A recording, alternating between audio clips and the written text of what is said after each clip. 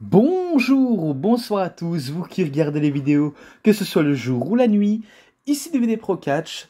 Et oui, c'est encore un sujet que je tenais encore à en parler, vu comment je dois rattraper non seulement la petite erreur que j'ai dit lors des news, comme quoi CM Punk et Randy Orton sont de retour à la WWE, qu'ils ont fait leur retour au Survivor Series War Games, bien sûr, et que aux mêmes occasions que j'avais, on va dire, fait la genre de review sur AEW Full Gear, actuellement que je vais regarder ben, au soir, notamment un soir que je vais regarder, vu comment je l'avais pas encore gardé en version française avec Norbert Foyant et Alain Mistrangelo, et que là maintenant je compte bien y regarder, vu comment j'avais vu un premier temps en VO.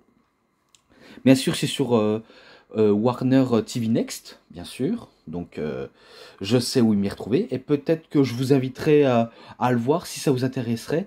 Mais en revanche, ben, ce ne sera pas, on va dire, en version replay, bien sûr. C'est en version tout court. Mais bon, je suis pas là pour faire de la pub pour Warner TV Next pour Full Gear. Vu comment je conseille pas forcément toujours à certaines personnes d'aller le voir s'il est bien ou non. Il faut donner que son avis. Et les goûts et les couleurs et les avis, ça se partage, soit ça se partage pas. Bref, vous avez compris d'où on peut venir, quoi. Eh ben là, ce n'est pas encore le sujet qu'on va aborder. Là, c'est plutôt le sujet de CM Punk et Seth Rollins. Car si vous avez vu ma vidéo d'hier, ouais, d'hier bien sûr, eh ben vous avez vu euh, c'est- euh, que CM Punk a fait son retour, notamment à la toute fin du match, auquel bien sûr Randy Orton a fait son retour dans le War Games, et que le retour monumental c'était celui de CM Punk. Certes, ça a un peu éclipsé le retour de Randy Orton, mais bon, ça reste quand même des retours, et que je suis presque sûr que Randy Orton n'est pas non plus très, très amer, tout ça parce que CM Punk a fait son retour en deuxième, quoi. Je pense pas qu'il est très amer sur ça, parce qu'à mon avis, il le prend absolument pas mal, pas comme certains catcheurs qui le prendraient mal par rapport à ce qu'il est de retour, comme un certain Drew McIntyre ou un certain Seth Rollins, mais ça, on va y revenir bien sûr, vu comment on sait que si on suit ce qui s'est passé dans les vestiaires, ce qui s'est aussi passé dans le show, vous savez qu'après le match, ben, Drew McIntyre, il s'est barré, justement, il s'est vraiment barré de la cage pour laisser place à l'arrivée triomphale de CM Punk, parce qu'il faut savoir, c'est que les catcheurs étaient avertis, et qu'ils étaient au courant, bien sûr, et que je suis presque sûr, dans leur tête, il s'est dit, Drew McIntyre, puisqu'il est de retour, eh ben, au lieu de faire un scandale, je vais ben, peut-être me tailler et pas être impliqué dans l'histoire du retour de CM Punk. Et que je me suis dit, pourquoi? Qu'est-ce qu'il y a? Qu'est-ce qui s'est passé? Je ne comprends pas pourquoi cette telle attitude, parce que j'ai même dit sur ma vidéo des news par rapport à leur retour à Punk et Orton, c'est que je ne comprenais pas totalement pourquoi cette attitude. Honnêtement, je ne le comprenais pas du tout. Soit parce qu'il s'est pris un mauvais coup dans la tête, ou alors il s'est pris des mauvais indications. Est-ce qu'il est frustré par rapport à son booking? Ou alors il sait bien que vu comment il a peut-être pas re-signé, qui sait, parce que on entendait déjà par là qu'il n'a pas re-signé pour la WWE, qui veut catcher ailleurs, comme la AEW. Ou bien alors il décide de s'éloigner du monde de catch pour, euh, pour s'occuper de sa famille, ou peut-être fonder une famille avec son épouse, qui sait. Je n'en ai aucune idée, mais en tout cas, ce qui était sûr, c'est qu'il était frustré, même s'il y a d'autres médias qui ont voulu chercher des infos, comme quoi il est frustré parce que c'est CM Punk, et parce que personne veut travailler avec CM Punk. Donc ça, à ce qui paraît, c'est ça le seul argument. Et d'ailleurs, c'est pas notamment le premier argument qu'on voyait, vu comment il y a quelques temps, il y a pas mal de mois, on disait que les catcheurs de la WWE ne veulent pas travailler avec CM Punk, tout simplement parce qu'il a foutu le bordel à la EW. Alors, certes, on va dire, il n'est pas parfait, CM Punk.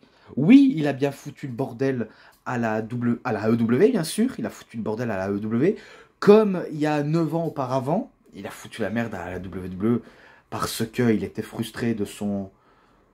Pas de son utilisation, mais enfin, si, un peu de son utilisation, mais aussi parce que, il faut savoir, c'est que il avait, ben, à ce qui paraît, une genre de boss, comme, ouais, c'est un genre de boss, mais qui s'est transformé peu à peu en pu, comme un staphylocoque. À ce qui paraît, il avait ça au dos, et que quand il combattait, ben, à chaque fois, il était obligé de jouer à la politique, se battre avec les médecins pour qu'on le coupe, cette fameuse ben, boule qu'il avait dans le dos. Et pourtant, nous à la télé, on le voit pas, mais à ce qui paraît, il n'était pas visible. En tout cas, on n'en avait aucune idée. On n'en avait aucune idée. Pourtant, c'est Johnny Catch qui a balancé cette information que CM Punk avait déclaré quand il était passé dans le podcast de chez Colt Cabana, son ex-meilleur ami. Donc, lui, s'il avait un peu foutu la merde, c'est parce que il était dégoûté du catch, parce que la négligence par rapport au bien-être n'était pas aussi omniprésent, et que maintenant, ben, le bien-être, ben, ça se propage maintenant. Maintenant, ça se propage dans toutes les fédérations. Enfin, il y en a oui, il y en a non. Et qu'aujourd'hui, quand j'y repense, oui, certes, il a peut-être dit du mal à la WWE en disant qu'il ne reviendrait jamais, que Vince McMahon était un gros connard, que Triple H était un sale enfoiré qui pense qu'au business et qui pense pas assez au bien-être du catcheur, enfin des catcheurs quoi. Bref, il a tellement dit du mal de la WWE qu'il s'en est même fallu presque avoir tous les fans ados. Oui, parce qu'il faut savoir, c'est que il y avait certains fans qui n'arrivent pas à pardonner CM Punk, mais d'autres qui sont prêts à le pardonner, vu comment, on va dire, le gars, il est prêt à se racheter. Parce il faut qu'on se rappelle, s'il est revenu dans le monde du catch, c'est c'est parce qu'une autre compagnie a mis le paquet, donc un gros pactole, pour que CM Punk revienne dans le monde du catch.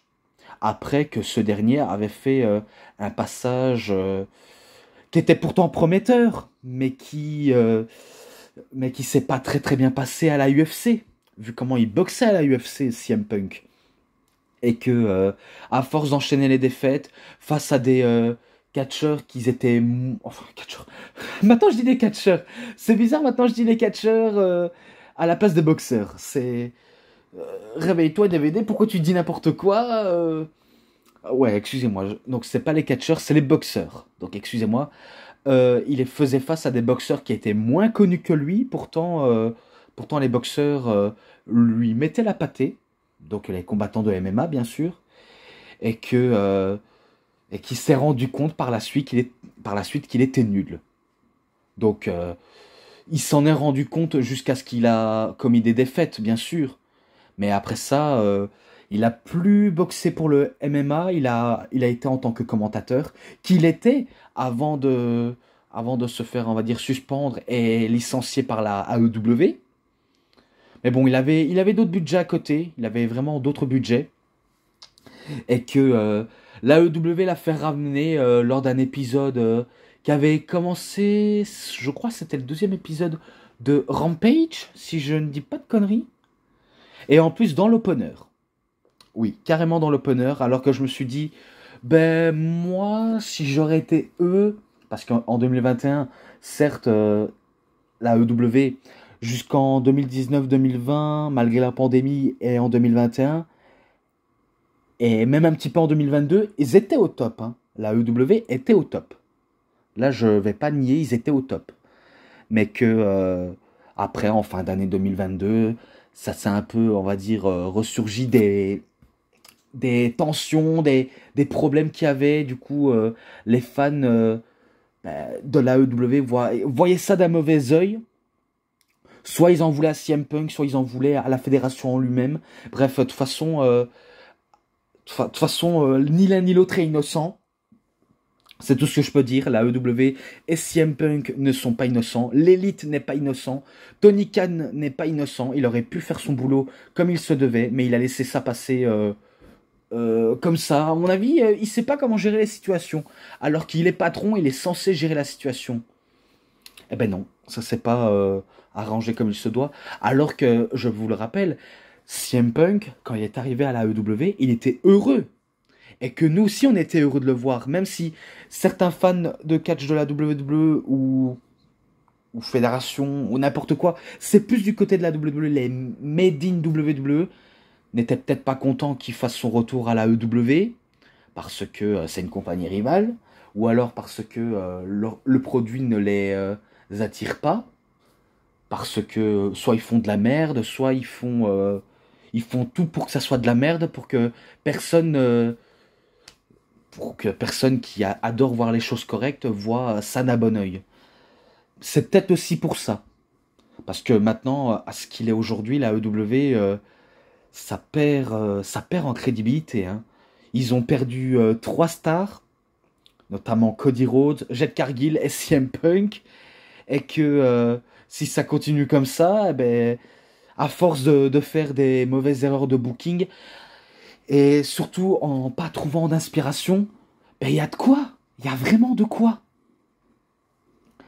Et aussi, pour revenir sur CM Punk à la AEW, notamment, il était heureux de travailler avec certaines personnes, notamment avec MJF, Eddie Kingston, Power Hobbs, peut-être pas avec Bobby Fish, pardonnez-moi, Ricky Stark, non, je pense pas qu'il avait catché contre Ricky Stark bien avant qu'il se fasse virer. Enfin, quand il est revenu, oui, il avait bossé avec Ricky Stark pour le tournoi de Owen Hart Cup Classic, je crois.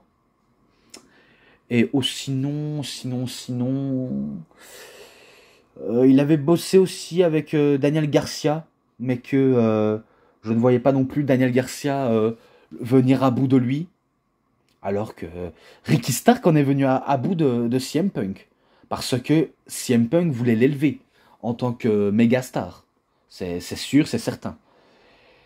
Et après ça, ben, je me rappelle face à Darby Allin, notamment de All Out 2021, auquel il fait bonne impression, surtout CM Punk, il a rien perdu après toutes ces années.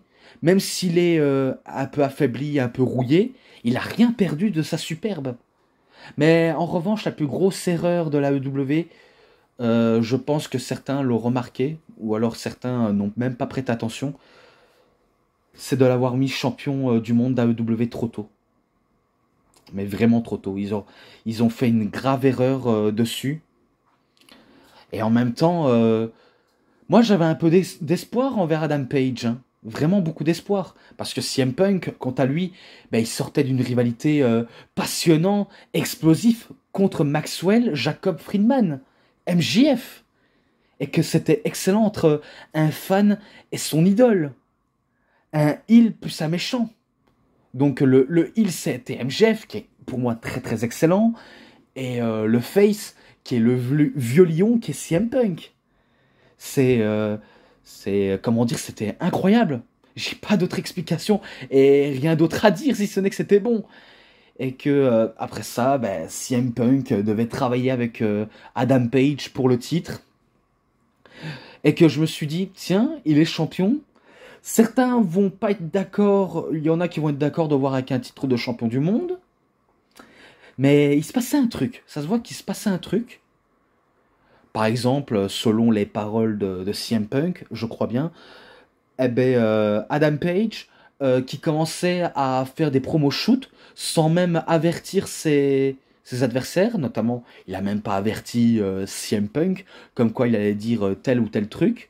Aucune indication n'a été dite, et du coup, ben, Punk a quand même peur de bosser avec lui, justement. Il a quand même peur de bosser avec Adam Page. Vu comment le gars lui en veut, tout ça parce que Colt Cabana s'est fait, à ce qui paraît, radier par la AEW. Ou alors des rumeurs comme quoi CM Punk a tout fait pour que Colt Cabana soit viré et que Il veut plus le voir sous sa route parce qu'il faut savoir, c'est que les deux ne sont plus amis. Colt Cabana et CM Punk ne sont plus amis et que c'est des choses qui arrivent après plus de 20 ans d'amitié et que les deux ont pas trouvé un bon accord, que ce soit en accord d'argent ou quelque chose comme ça. Bref, je veux pas rentrer dans les détails, que ce soit côté juridique, vu comment le côté juridique avec CM Punk et la WWE ne me regarde pas, comme avec Colt Cabana, ça me regarde pas. Même si ça peut être un sujet intéressant, mais bon, voilà. Et que selon CM Punk, eh ben, le gars n'était pas professionnel. Adam Page n'était pas professionnel. C'était pas du professionnalisme, c'était du non-professionnalisme. Et du coup, ben, il avait un peu peur de Adam Page, comme quoi il le prend, on va dire, comme ça. Et il a aussi peur de ses vice-présidents. Au départ, c'est sûr, il n'avait rien au départ avec les Young Bucks, Kenny Omega, il avait rien du tout avec ces gars-là, vu comment il parlait de temps en temps avec Kenny Omega pour en parler, pour éviter de piquer les spots des autres, parce qu'il faut savoir, c'est que beaucoup piquent et plagient les spots des autres. Donc, c'est pour ça qu'il en parlait déjà, et et qu'il y en a qui l'ont pas respecté, à vrai dire, il y en a qui l'ont vraiment pas respecté, et que moi qui croyais que CM Punk était le méchant à cette histoire, même si encore une fois il n'est pas parfait, euh, il a quand même ses raisons ou ses torts. Ou encore quand on entend Adam Page comme quoi il veut pas prendre les conseils des anciens qui veulent l'élever, qui veut le mettre au sommet. Alors ça c'est le problème des jeunes, hein. Ça c'est vraiment le problème des jeunes, parce que d'un autre côté, je veux bien que les jeunes soient appréciés à leur juste valeur. Je suis d'accord que il faut plus les intimider comme à la bonne vieille époque où les catcheurs intimidaient les jeunes, que ce soit pendant un entraînement ou pendant les tournées quand ils font des shows de catch. Je suis d'accord avec ça. Mais quand c'est des jeunes qui ont la grosse tête, qui sont persuadés d'être des stars alors qu'ils sont personne, alors que certes ils sont peut-être connus par les fans de niche, mais le grand public, il y en a qui les connaissent même pas. C'est ça le problème. Et que normalement quand tu as les conseils d'un ancien qui a plus d'expérience que Adam Page, quoi, parce qu'il faut savoir, c'est que CM Punk, même il est plus apparu à la WWE, enfin, dans un ring de catch en général, quoi, après 2014 et qu'il est revenu en 2021, et que pour la WWE c'est de 2014 à 2023. Attendez, ça donne combien? 7 ans. 7 ans carrément. Eh ben, après plus de 7 ans d'absence, c'est quand même un vétéran. CM Punk, c'est quand même un vétéran. Vu comment il a quand même plus de 20 ans, enfin une vingtaine d'années de carrière dans le catch, même s'il a fait des burn-out, même s'il était, il était saoulé du catch, ben, pour moi l'expérience compte et qu'il a rien perdu de sa superbe. Mais quand quelqu'un comme Adam Page ou les Young Bucks qui ne veulent pas l'écouter, ses conseils, alors que c'est important d'écouter les anciens pour, pour bien apparaître, pour avoir une bonne relation, il faut écouter. Il faut écouter. Eh ben non, il y en a qui font, ils font les sourds d'oreilles et qui oublient les bons côtés des choses. Et que je me dis, ça fonctionne pas comme ça. Malheureusement, ça fonctionne pas comme ça. Et c'est peut-être aussi pour ça que ça a mené au pétage de plomb de CM Punk. Parce que des jeunes qui ne veulent pas écouter les anciens alors qu'ils sont mieux établis et qu'ils veulent tout faire pour les élever, pour qu'ils soient un minimum un peu plus connus du grand public, et pas un public de niche, eh ben c'est problématique. Ils ont raté quelque chose. Et plus tard, on va dire, quand ces jeunes-là, immatures, qui ne veulent pas écouter les anciens mieux établis que eux, euh, comment ils vont faire plus tard? Si eux, plus tard, ils deviennent des vétérans, des légendes dans ce milieu, comment ils vont faire pour élever des jeunes talents qui sont encore green? Comment ils vont faire ça? Ben, à mon avis, ils n'ont pas d'astuce. Ils n'ont pas d'astuce pour élever les jeunes, hein. Eux, leur seule astuce, ils se pensent être les meilleurs, ils pensent être des drôles, ils pensent d'être au-dessus des autres, tout ça, parce que tout l'intention sont rivées vers eux, par un public de niche, et pas le grand public qui savent reconnaître du bon catch. Parce que là, c'est sûr, il y a deux camps, hein. À la EW, en termes de fans, il y a deux camps. Il y a un public de niche qui préfère voir le côté stupide que le côté bon catch. Et il y a le côté bon catch qui critique un peu le côté ridicule. On va dire un truc comme ça. Et, et du coup, c'est... On sait plus d'où ça va. Ça va à l'aveuglette. Et pourtant, ça me fait mal au cœur hein, quand je vois la EW ce qu'elle est aujourd'hui. Alors que je continue à regarder, à soutenir un petit peu malgré le côté stupide. Hein, je regarde malgré tout.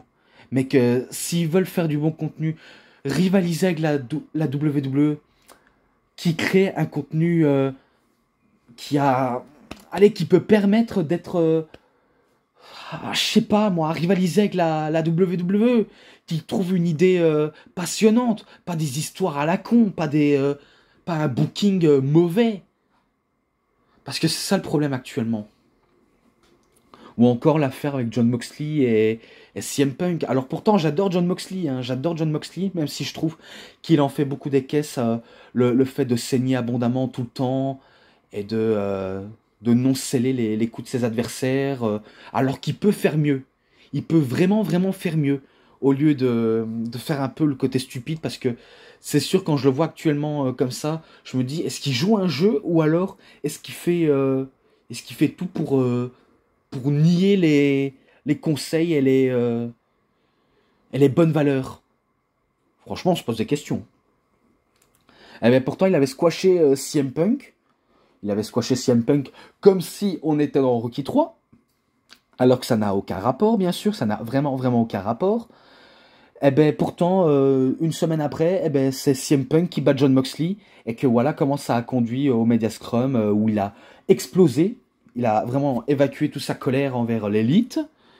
Et que après il se fait suspendre. L'élite s'est fait suspendre, mais un mois après, c'est l'élite qui revient, comme si de rien n'était, comme les favoris de la foule, en se foutant de la gueule de CM Punk. Et ça, c'est un fait, vu comment le public de niche scandait Fuck you Punk.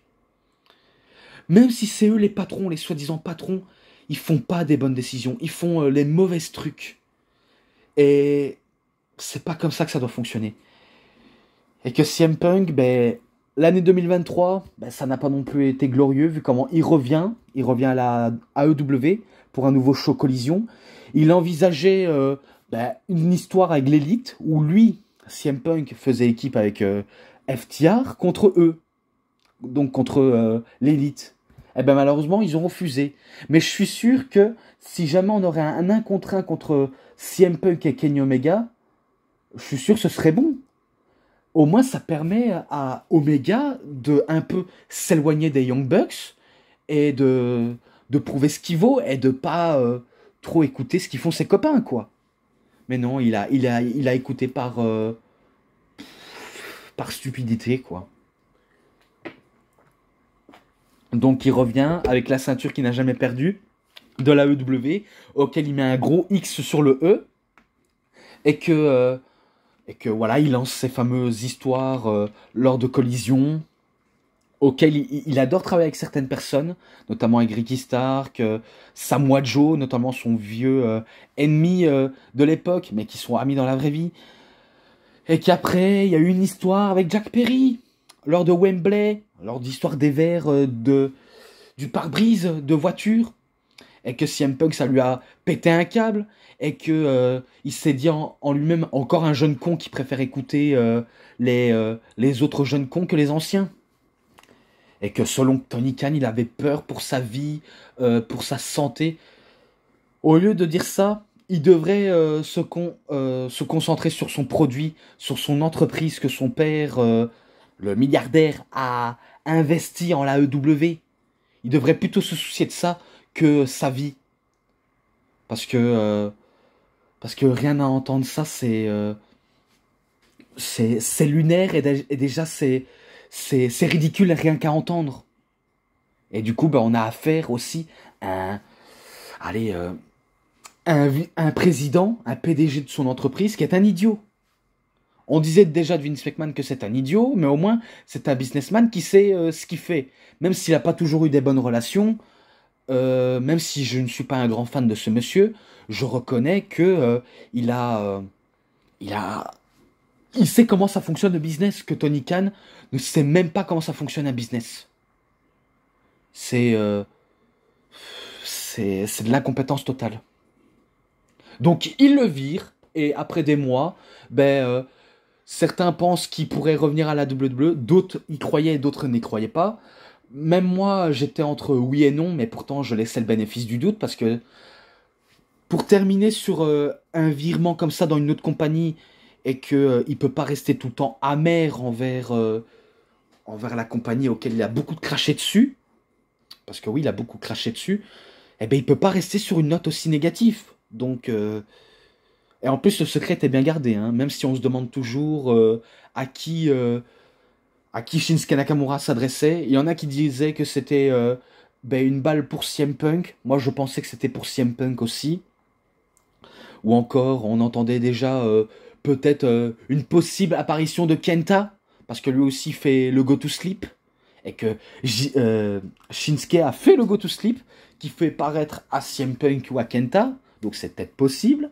Ou encore, qui sait, à Kazuchika Okada, catcheur de la New Japan Pro Wrestling.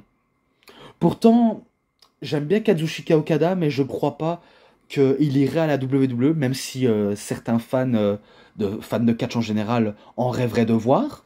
C'est pas, on va dire, inévitable. Mais pour moi, il est comme Hiroshi Tanahashi, c'est un made in New Japan Pro Wrestling.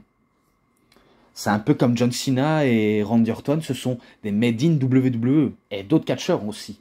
D'autres catcheurs. Eh ben, oui et non, mais on ne sait pas. On ne sait pas si c'est vrai, mais en tout cas, on peut dire que pour l'instant, rien n'a été dit, même si c'est bien caché en interne. Mais bon. Donc, voilà arrivé le jour de Survivor Series War Games, auquel CM Punk arrive, et là, il fait exploser la foule de Chicago, et que tout le monde était heureux, j'étais heureux, c'est pour ça que j'ai fait une vidéo dessus sur lui, et que beaucoup de youtubeurs francophones ou anglophones ont fait une vidéo sur lui, pour expliquer leur contentement ou leur mécontentement. Enfin, je crois que c'est ça. Mais en tout cas, il y en a une que j'ai regardée ce matin, c'était Marius Playground. Donc, l'aire de jeu de Marius. C'est une youtubeuse qui est fan de tout. Fan de manga, d'anime, et aussi de catch, et de tout en tout genre. Même la musique aussi. Eh ben, je peux comprendre que ça peut, on va dire, pas lui faire plaisir de voir CM Punk, même si d'un autre côté, je suis sûr qu'elle a un côté fan de CM Punk. C'est pas un tacle à la gorge à Marius, hein. Si jamais tu tombes dessus par hasard, je suis pas là pour te critiquer, Marius. Je suis juste là pour te dire, même si t'es pas, on va dire, forcément contente, d'une part, ça fait plaisir aux fans, et au moins, j'espère que ça va dans le meilleur des mondes entre Triple H et CM Punk. Si jamais ça aurait été Vince McMahon aurait dit non, catégoriquement non, alors qu'avec Triple H, Triple H a fait l'inévitable. Enfin, il a fait l'impensable, alors que lui, on disait qu'il n'allait jamais venir à la WWE, et pourtant, faut jamais dire jamais. Jamais, jamais, jamais, il faut jamais dire jamais. Car tout est possible. Parce que la plupart des personnes qui ont été en froid avec la WWE, notamment avec Vince McMahon, comme les Ultimate Warrior, Bret Hart, qui c'est Macho Man, et j'en passe des gens, même Hulk Hogan. Pourtant, ces gens-là, qu'on les pensait jamais les voir, eh ben ils étaient revenus. Ils étaient revenus. Et ils ont enterré l'âge de guerre, ils ont pensé business, ils ont pensé au côté bon catch, même si du côté de Bret Hart, c'est plutôt du point de vue un peu le côté beau catch pour mettre en avant un peu sa famille, et aussi point de vue business, je crois que c'est peut-être ça. Je peux me tromper, mais vaut mieux se faire une idée. Eh ben, c'est un peu pareil pour CM Punk. C'est un peu pareil pour lui, et que je comprends qu'il est revenu, vu comment il est... Ça s'est pas très bien terminé dans notre compagnie. Il veut renouer les liens avec la compagnie qu'il a un peu fait relever en tant que star. Parce qu'il faut savoir, c'est que CM Punk, c'est une star, quelqu'un qui fait parler de lui, qui rapporte gros, qui rapporte de l'argent. Donc c'est ça ce qu'il faut. Et du coup, ben, lui, il pense business, CM Punk, il pense business, mais aussi côté beau catch. Et au moins, je peux dire, j'espère qu'à la WWE, j'espère qu'il sera mieux cadré, même si entre-temps, ben, il y a des petites tensions qui se passent entre Drew McIntyre et Seth Rollins avec CM Punk. Par exemple, on a bien vu Seth Rollins qui a fait un doigt d'honneur à CM Punk et il a insulté, notamment en citant son vrai nom, à ce qui paraît, je crois, en disant casse-toi de là, Phil, on veut pas de toi. Alors, moi, je disais que je comprenais pas son comportement et que CM Punk l'a vu et qu'il s'est dit, oh, excusez-moi, oh, qu'est-ce qu'il me veut? Il est pas content de me voir. Ok, c'est pas grave. Je sais que tu me détestes, mais au moins je suis là, que tu veuilles ou non. Je suis là, mec. C'est comme ça. Faut l'accepter. Bon, après, c'était sûrement un work. Parce qu'il y en a qui disent que c'est un work à la place d'un shoot. Et que même si au fond de lui, Seth Rollins, parce qu'on va revenir à ça, à Seth Rollins, je suis sûr que même s'il n'aime pas le catcheur, je suis sûr que l'homme en lui-même, je ne sais pas s'il aime bien ou s'il déteste, peut-être les deux, je ne sais pas, mais en ce qui est sûr, c'est que certes, il n'aime pas CM Punk, il ne le porte pas dans son cœur, mais il est professionnel. Seth Rollins, il est professionnel, et que je suis sûr que les réelles tensions qu'il y a eu entre les deux lors de médias interposés de manière séparément, parce que faut savoir, c'est qu'au début d'année, ben, Seth Rollins a dit que CM Punk était un cancer, que la WWE se porte mieux sans lui, et que si jamais il revient, c'est pour créer des bagarres, foutre la merde, et que vaut mieux qu'il soit loin, très très loin de la WWE, parce qu'il faut savoir, c'est que Seth Rollins, il a la fâcheuse tendance à défendre sa fédération de cœur, auquel ça lui a permis de mieux s'élever. Même si CM Punk n'a préféré pas répondre à ce sujet, mais qu'il entame vraiment une rivalité face à Seth Rollins. Mais avant qu'il entame une rivalité face à Seth Rollins, euh, peut-être, parce que je dis bien peut-être, en janvier, on aura le Royal Rumble, en janvier 2024. Je suis sûr qu'il va participer au Rumble. Et j'espère que je vais pas spoiler, parce que si jamais je spoil, eh ben, ça va gâcher la surprise.